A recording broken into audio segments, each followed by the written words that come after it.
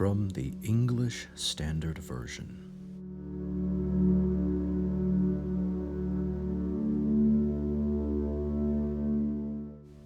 On that day, King Ahasuerus gave to Queen Esther the house of Haman, the enemy of the Jews, and Mordecai came before the king, for Esther had told what he was to her.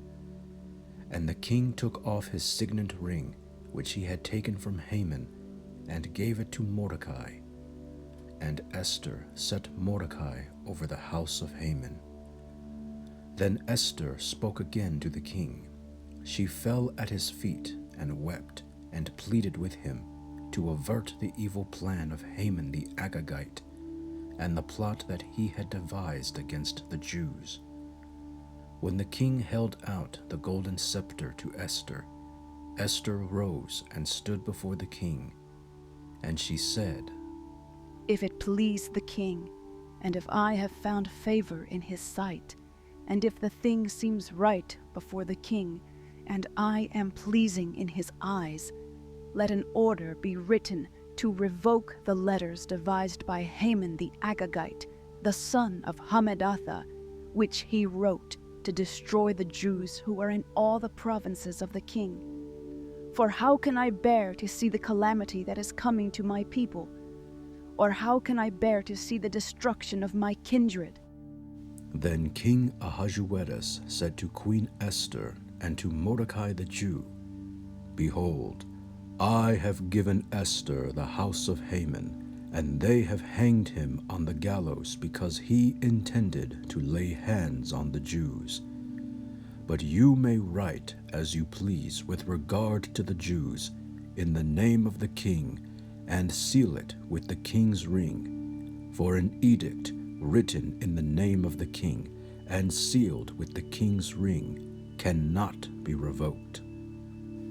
The king's scribes were summoned at that time, in the 3rd month, which is the month of Sivan, on the 23rd day, and an edict was written, according to all that Mordecai commanded concerning the Jews, to the satraps and the governors and the officials of the provinces from India to Ethiopia, 127 provinces, to each province in its own script, and to each people in its own language, and also to the Jews in their script and their language.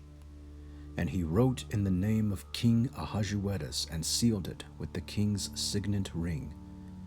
Then he sent the letters by mounted couriers riding on swift horses that were used in the king's service, bred from the royal stud, saying that the king allowed the Jews who were in every city to gather and defend their lives, to destroy, to kill, and to annihilate any armed force of any people or province that might attack them, children and women included, and to plunder their goods on one day throughout all the provinces of King Ahasuerus, on the 13th day of the 12th month, which is the month of Adar.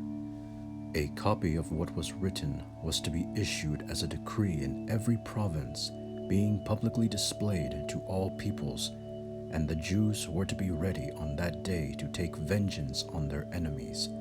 So the couriers, mounted on their swift horses that were used in the king's service, rode out hurriedly, urged by the king's command, and the decree was issued in Susa, the citadel.